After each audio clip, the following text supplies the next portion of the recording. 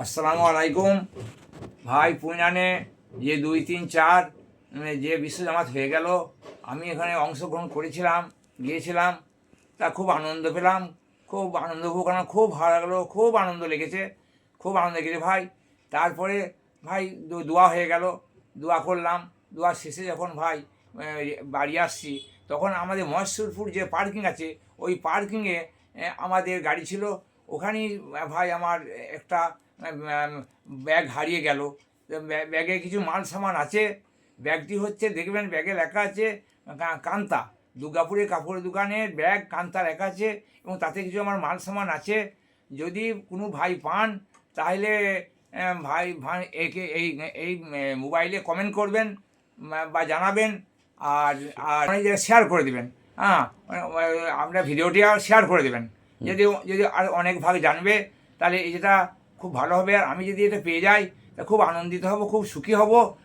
এবং আমি আমি তাদের জন্য দোয়া করব, তাদের খাস করে দোয়া, পেলেও দোয়া করব, না পেলেও দোয়া করব, কিন্তু খাস করে দোয়া করব ভাই। এটা দেখবেন, চেষ্টা করবেন, আপনারা এটা কমেন্ট করে দেবেন বা ভালো করে শেয়ার করে দেবেন। আমি তারা খুব আনন্দ হয়, এটা জানাবেন। এই তো ভাই সকল, আপনারা শুনলেন যেই আমাদের মুরব্বী ভাইয়ের একটা ব্যাগ পুইনানে বিশ্ব জামাত ইজতেমায় সামিল হতে গিয়ে ওই মহেশ্বরপুর কার পার্কিংয়ে হারিয়ে যায়। এবং যদি কোনো সহৃদয় ব্যক্তি এই ব্যাগটি পেয়ে থাকেন, তো কমেন্ট করে জানাবেন। আর এই ভিডিওটা বেশি বেশি করে শেয়ার করবেন, কেন উনার দীর্ঘ বিশ্বাস এবং আশা যে ব্যাগটি আমি ফেরত পাবই। কেন এই মজলিস এমন একটা মজলিস যেখানে একটা ছুঁচ হারিয়ে গেলেও ফেরত পাওয়া যায়, একটা টুপি পরে গেলেও সেটা ফেরত দেয় মানুষ। তা উনার দীর্ঘ বিশ্বাস যে আমি ব্যাগটি ফেরত পাবো।